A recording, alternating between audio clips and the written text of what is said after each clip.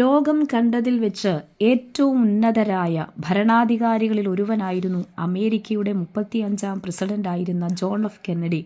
ഒരിക്കൽ തൻ്റെ പിതാവ് ഔദ്യോഗിക സന്ദർശനങ്ങൾ ആരംഭിക്കുന്നതിന് മുൻപ് അദ്ദേഹത്തിൻ്റെ ഭാര്യ ജാക്ലിൻ കെന്നഡിയുമായി ഒരു പത്രപ്രവർത്തകൻ അഭിമുഖത്തിന് സമയം ചോദിച്ചിരുന്നു. ആ ഇൻ്റർവ്യൂവിൻ്റെ അവസാന ചോദ്യം ജീവിതത്തെക്കുറിച്ചുള്ള ഭവതിയുടെ വീക്ഷണം എന്താ എന്നായിരുന്നു. അതിനവർ നൽകിയ മറുപടി, അമേരിക്കയിൽ വെച്ച് ഏറ്റവും ഭാഗ്യവതിയായ സ്ത്രീയാണ് ഞാൻ.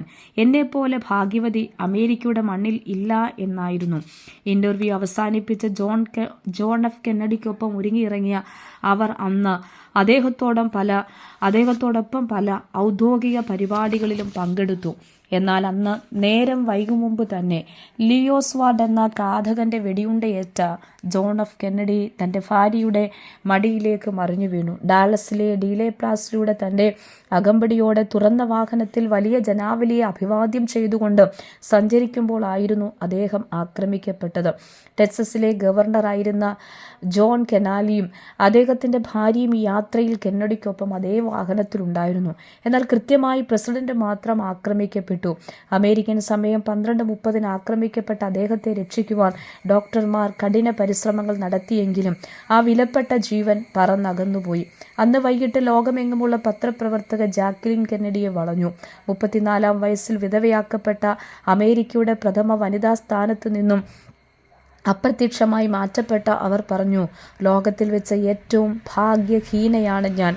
എന്നെപ്പോലെ ഭാഗ്യഹീന ഈ ലോകത്തിലില്ല. നോക്കൂ, രാവിലെ പറയുന്നത് അമേരിക്കയിൽ വെച്ച് ഏറ്റവും ഭാഗ്യവതി, അന്ന് വൈകുന്നേരം മുമ്പ് പറയുന്നത് ലോകത്തിൽ വെച്ച് ഏറ്റവും ഭാഗ്യഹീന. പിറ്റേ ദിവസം ആരംഭിക്കുന്ന അമേരിക്കൻ സെനറ്റിൽ പ്രസംഗിക്കുവാൻ മിസ്റ്റർ കെന്നഡി ഒരു പ്രസംഗം തയ്യാറാക്കിയിരുന്നു. അദ്ദേഹം വെടിയേറ്റ് വീഴുമ്പോൾ ആ പ്രസംഗക്കുറിപ്പും തൻ്റെ കൈവശമുണ്ടായിരുന്നു.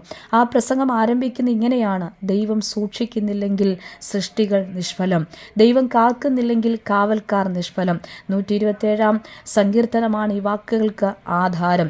യഹോവ വീട് പണിയാതിരുന്നാൽ പണിയുന്നവർ വൃഥാ അധ്വാനിക്കുന്നു. യഹോവ പട്ടണം കാക്കാതിരുന്നാൽ കാവൽക്കാരൻ വൃഥാ ജാഗരിക്കുന്നു. അമേരിക്കൻ പ്രസിഡന്റുമാരുടെ യാത്ര നമ്മൾക്കറിയാം. വെടിയുണ്ടയേൽക്കാത്ത കാറിൽ വെടിയുണ്ടയേൽക്കാത്ത ഡ്രസ് ധരിച്ചുകൊണ്ടാണ് യാത്ര. പ്രസിഡന്റിന്റെ അന്നത്തെ യാത്രയിൽ അദ്ദേഹത്തിൻ്റെ സുരക്ഷിതത്വത്തിനുള്ള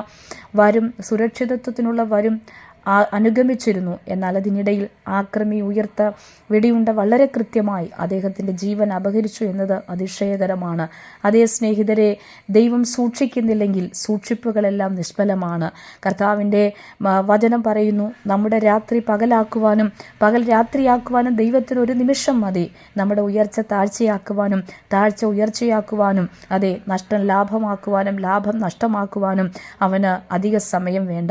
ദരിദ്രനെ പ്രഭുവിനെ ദരിദ്രനുമായി മാറ്റുവാനും അവന് നിമിഷങ്ങൾ കൊണ്ട് കഴിയുമെന്ന് ഓർക്കുക. പ്രസക്തനോ അപ്രസക്തനോ ആകുവാൻ ദൈവത്തിൻ്റെ അജ്ഞാന ശക്തിക്ക് കഴിയും. പ്രബലനായ നെബൂഖദ്നേസറിനെ കാട്ടിൽ വിട്ട് കാളയെപ്പോലെ പുല്ല് തീറ്റിച്ചവനും ലോക സാമ്രാട്ടായിരുന്ന ബേൽഷസ്സറിനെ ഭിത്തിമേലുള്ള ഒറ്റയെഴുത്തിൽ പാടിച്ചവനുമാണ് നമ്മുടെ ദൈവം.